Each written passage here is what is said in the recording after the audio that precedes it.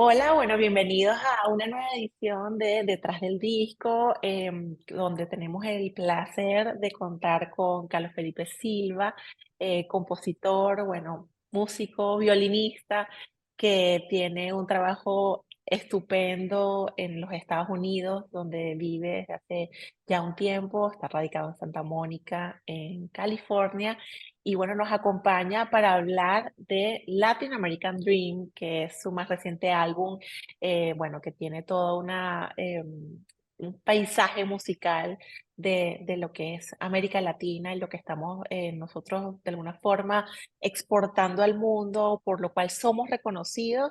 Y bueno, ¿quién mejor que él en persona nos pueda compartir qué hay detrás del disco, de toda la producción y de cada uno de estos temas que están en esta producción discográfica disponible en todas las plataformas digitales? Bienvenido, Carlos. Gracias por estar con nosotros. Gracias, Trina, por la invitación y bueno, contento de estar acá y hablar un poco sobre el disco y compartir cómo fue toda esa experiencia tan bonita. Sí, sí, bueno, primero me siento muy honrada porque, bueno, importante también ver tu trayectoria, ver el trabajo que vienes haciendo como compositor, como violinista también, de todo tu proceso de formación y tu experiencia también desde Venezuela, como integrante de la Orquesta Sinfónica Simón Bolívar, donde, bueno, tuviste el honor y el gusto de ser dirigido por Gustavo Dudamel, bueno, uno de nuestros principales representantes artísticos de Venezuela en el mundo. Y bueno, te has hecho tu propio camino y en este caso, de las cosas que quiero también destacar, aparte de lo que nos convoca hoy a hablar del disco, es tu trabajo como compositor para proyectos cinematográficos, de televisión, documentales, que eso es algo, bueno, bastante específico y muy atractivo, ¿no? En la industria musical. Cuéntanos un poco de esa Sí. experiencia, que invito a todos a que sigan a Carlos Felipe por todas sus redes sociales y vean en su página web todo lo que él puede compartirnos de lo que es su catálogo de obras en las cuales ha aportado para producciones audiovisuales. Cuéntanos de tu trabajo antes de adentrarnos en el disco. Claro, Trina. Bueno, soy compositor desde hace ya 10 años. Como tú bien lo dijiste, toqué en la Sinfónica Simón Bolívar en Venezuela por casi 5 años y empecé a componer piezas sencillas desde que estaba en Venezuela y siempre me encantó la música de cine. Estuve siempre enamorado de la música de cine y dije, bueno, voy a estudiar esto. Y me mudé a Boston a estudiar en Berkeley, donde hice la mención de composición para cine y televisión. Y bueno, inmediatamente después de graduarme de Berkeley me mudé a Los Ángeles porque es donde estaba toda la industria, donde está toda la industria. Y empecé a trabajar en varios estudios donde hacía orquestaciones, hacía arreglos para distintos proyectos. Y durante la pandemia, hace 3 años, decidí ya montar mi compañía, mi propia compañía de producción musical y empezar a hacer los proyectos por mi cuenta. Entonces, bueno, es un mundo maravilloso. Uno siempre, todos los proyectos son distintos, siempre es un desafío porque la música tiene que ser diferente, tiene que servir a la historia. Entonces cada proyecto tiene sus particularidades, cada proyecto tiene su equipo de trabajo. Entonces es un campo, es un área súper linda.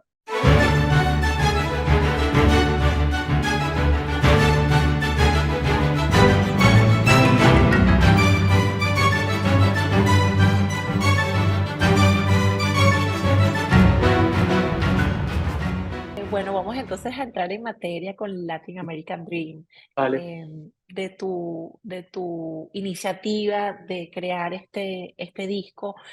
Cuéntanos de la idea, de un Sí. poco cómo la construiste, cómo te propusiste hacer esta selección, que los invitamos a todos a que lo sigan por las plataformas digitales y van a comprender desde dónde está esa musicalidad. Hablamos del Sí. Caribe, hablamos del Caribe que abarca, bueno, la parte, bueno, entre los Estados Unidos y pasando por las islas hasta Venezuela, pero también hay A la música que Patagonia. viene. Exacto, pero también hay música del sur, música típica de México, pero con tu propio sello. Cuéntanos de Sí. esta producción. Bueno, precisamente es mi primer álbum, el cual no fue concebido para cine. Fue básicamente un álbum en el que tenía un canvas en blanco que podía hacer básicamente lo que quisiera. Entonces para mí fue liberador, ¿no?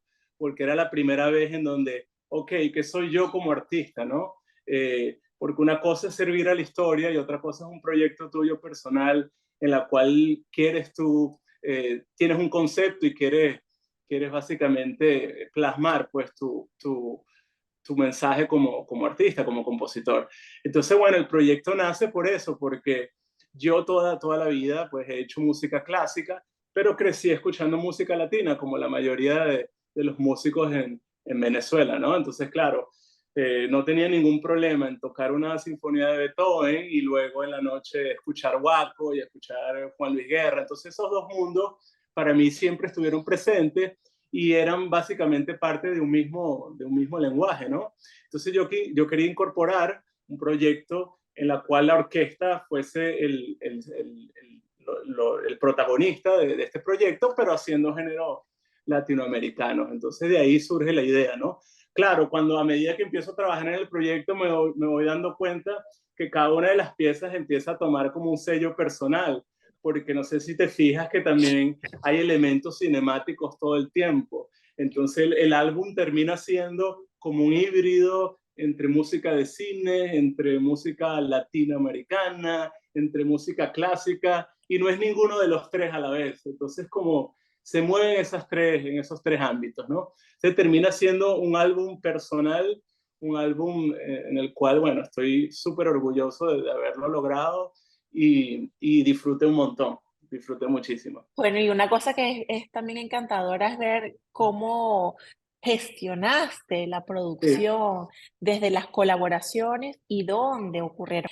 Entonces, bueno, quiero que empecemos con renacer.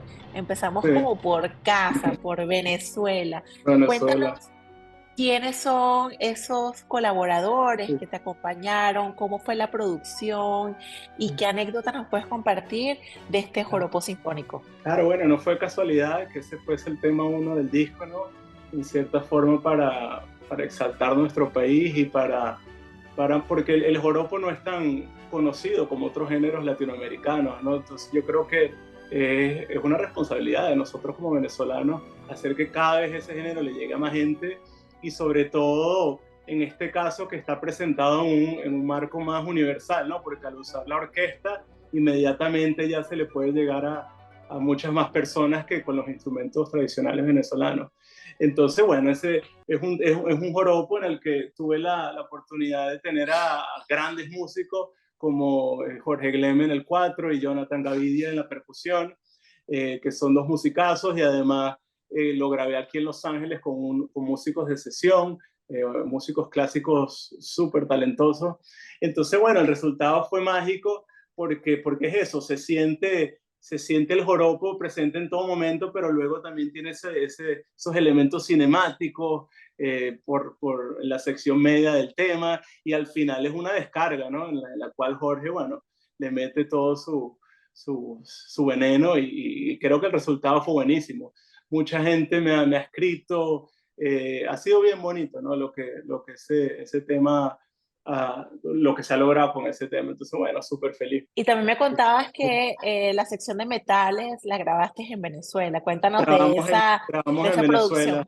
Bueno, te cuento, mi plan inicial era grabar, como la orquesta iba a ser el elemento común de todos los temas, mi plan era grabar la orquesta aquí en Los Ángeles, todo el disco en una sola sesión.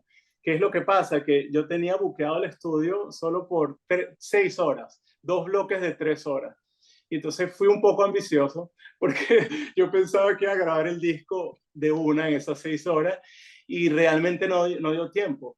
Solo pude grabar cuatro temas ese día y entonces luego tuve que terminar el disco en Venezuela, en Budapest grabé también otro de los temas y entonces bueno, pero a la final creo que eso añadió un toque especial al disco que no estaba concebido así al comienzo, pero le dio un toque creo que más interesante como parte de toda parte Total, es que, de ese sueño latinoamericano que se expandió por todos lados. y además Entonces, me parece sí, extravagante porque sí, hoy en día ya con toda la historia que hemos recorrido estos últimos, diría yo, 20 años, Sí. que como país que nunca estuvimos acostumbrados, como ha sido el caso de otros países de América Latina que sí han emigrado desde otras épocas. Nosotros somos como un grupo Estamos migrante mucho más aprendiendo. joven, estamos aprendiendo, Estamos pero estamos ya en los tiempos en donde tú mencionas cualquier país en el globo terráqueo y hay comunidades de venezolanos. Entonces, venezolanos.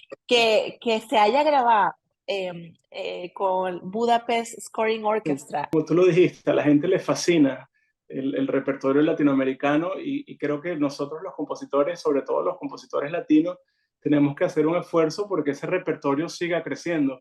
Porque, claro, hay obras importantísimas como Revuelta, como La Cantata, como todas las obras de Aldemaro, que se tocan constantemente y son grandes obras, pero creo que hay un espacio inclusive para seguir explorando, seguir creando repertorio y la gente se fascina, sobre todo por la riqueza de los ritmos, ¿no? La riqueza de los ritmos de nuestra región es increíble. Y además que hay tantas posibilidades porque en cada país hay no sé cuántos miles de géneros que al darle un formato más de orquesta, creo que puede ser muy interesante. Esa es otra de las cosas que me he dado cuenta, que hay un nicho de música sinfónica latinoamericana que está como que pidiendo más música todo el tiempo. Y creo que, bueno, que nosotros tenemos que aprovechar eso y seguir expandiendo ese repertorio, ¿no? Uno se acerca, Trina, uno se acerca más a sus países estando afuera. Estoy seguro que eso te pasa a ti Me, también, ¿no? me ha pasado, Yo yo quizás este siempre, disco, quizás, sorry que te interrumpa, quizás este disco nunca lo hubiese hecho estando en Venezuela, pero ahorita estando viviendo afuera uno se acerca más, ¿no? Es algo bien paradójico porque es parte de esa búsqueda que uno está constantemente, ¿no? y es interesante que lo mencionas porque yo también mirándome ya estoy por cumplir los 5 años de haber emigrado y uno se da cuenta que, bueno, también es la historia de las migraciones. Cuando uno lee autores bueno, el mismo Antonio Esteves, o sea, él compuso la cantata desde el exilio, él estaba viviendo en Nueva York y cuando escuchas la anécdota de ¿cómo emigró él? Pues emigra con libros de literatura, de poesía venezolana, y entonces ahí es donde tú te das cuenta que verdaderamente lo que nos da arraigo no es la tierra en sí misma, sino es también Claro, nuestra noción individual de lo que somos como seres humanos y de lo que estamos hechos culturalmente. Y eso nos va claro, acompañando, va madurando a lo largo de nuestras experiencias, nuestros viajes, y eso se va intensificando. Y es la historia bueno, de todos los artistas, los creadores, sobre todo, que es lo que van trascendiendo que nos dejan como esa huella y nos permiten mirarnos en esos espejos. Entonces, qué total, bonito que lo mencionas, de verdad que total. sí.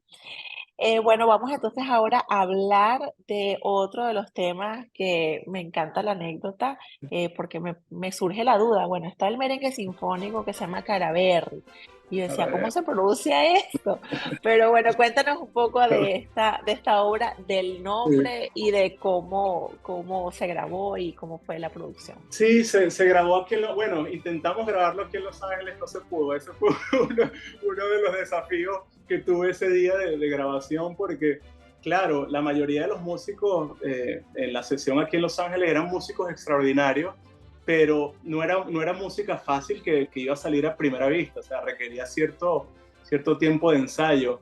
Entonces, bueno, fue todo un desafío, ¿no? Grabar ese tema, sobre todo porque el tempo es bastante rápido. Entonces, bueno, nada, ese tema, yo soy fan de Juan Luis Guerra y yo quería hacer un tema sinfónico inspirado en los merengues de 440, ¿no? El término de Caraberry viene porque a mí me decían de pequeño, uno de mis sobrenombres era Cara y Berry, puse esas dos palabras juntas porque Juan Luis usa guavaberry en muchos de sus temas, es una fruta típica de República Dominicana. Entonces, bueno, un concepto similar fonéticamente al de guavaberry, caraberry. Qué interesante. Bueno, también yo soy fanática de Juan Luis Guerra, de verdad que es un musicazo bueno, nos ha dejado muchísimo, además de su formación como músico en el jazz, y que tú dices, wow, cómo ha logrado trascender. Recientemente también tuve la oportunidad de conocer a Yanina Rosado, que justamente se permitió tratar de divulgar la complejidad rítmica del merengue, ella le llama el Sí, merengue contemporáneo, y sacó este método, este manual para el merengue contemporáneo, la base rítmica. Y bueno, ella también le agradece muchísimo a Juan Luis Guerra y a Johnny Ventura, bueno, que han sido quienes nos han permitido disfrutar de estos géneros de la música eh, caribeña. Vamos a hablar de Patsy.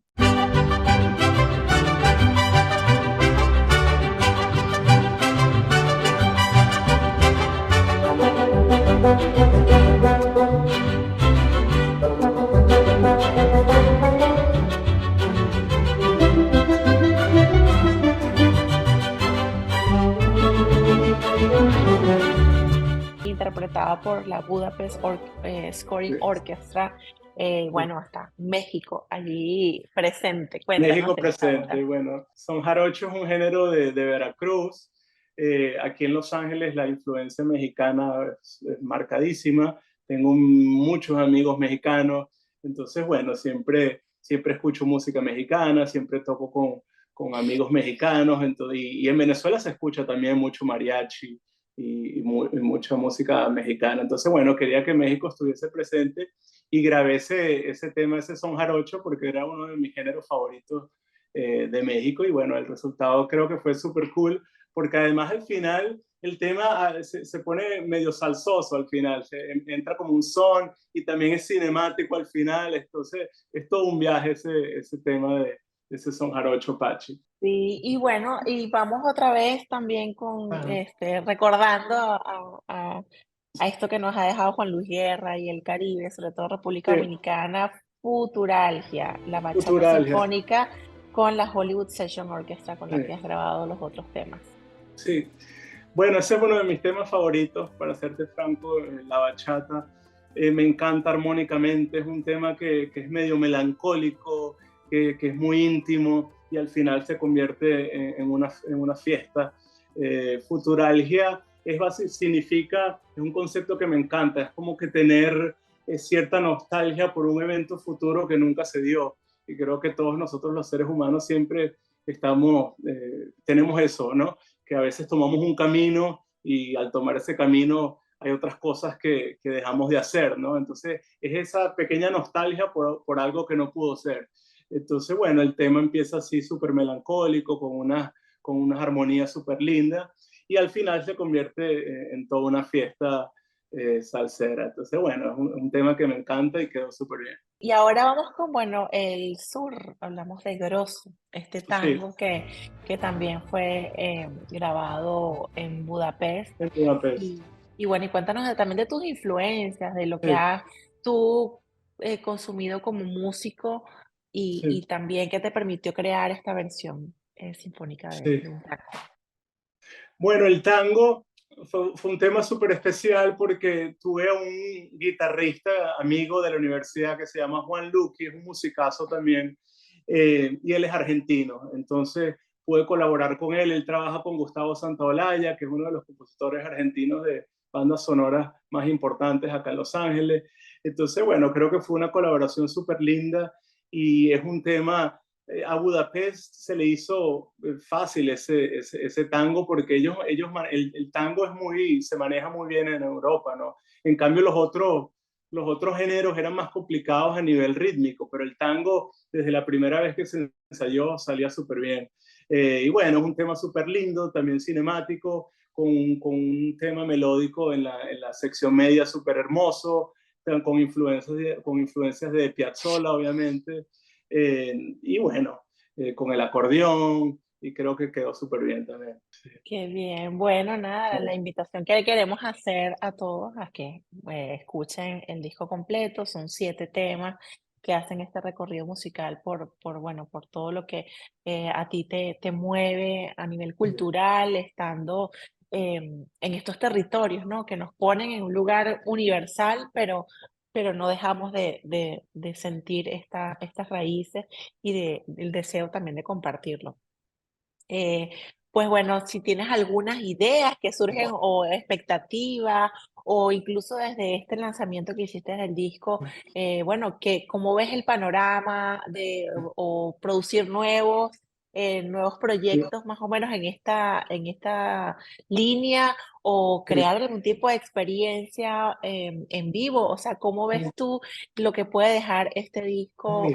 a mediano plazo? Sí, me encantaría. Bueno, ya se están viendo los frutos de este proyecto. Ya me han contactado de varias orquestas que están interesadas en incorporar alguna de las piezas en su repertorio. Y entonces, bueno, eso me llena de emoción porque me han contactado del sistema, me han contactado en ciertas orquestas en Boston. Entonces, bueno, la idea es esa, que ese repertorio se empiece a rodar en distintas orquestas del mundo y que eso dé que sirva, ¿no? Para luego seguir haciendo otros proyectos con más música latinoamericana y que, bueno, nuestra música se siga conociendo en todos lados, ¿no? Entonces, bueno, eso me tiene muy contento, seguir explorando la música latinoamericana, seguir expandiendo el repertorio latinoamericano y, bueno, siempre con un sello personal de uno que siempre va a estar presente, ¿no? Carlos, muchísimas Sí, gracias por darnos el tiempo y por permitirnos conocer lo que hay detrás del disco Latin American Dream. Invitamos a que, bueno, que te sigan a través de tu página web, carlosfelipesilva.com. Bueno, te pueden conseguir en las redes sociales, cuéntanos, y bueno, y sí, que quieres también invitar a la gente que hemos ido agrupando en este canal sí. de Edita, bueno, que nos damos el gusto de poder divulgar el talento de gente con la que Sí. nos vamos acercando y que nos abren las puertas para llegar a cada vez más personas. Total, no, bueno, felicitaciones a ti, Trina, por esta maravillosa idea de promocionar artistas venezolanos y artistas latinoamericanos en general.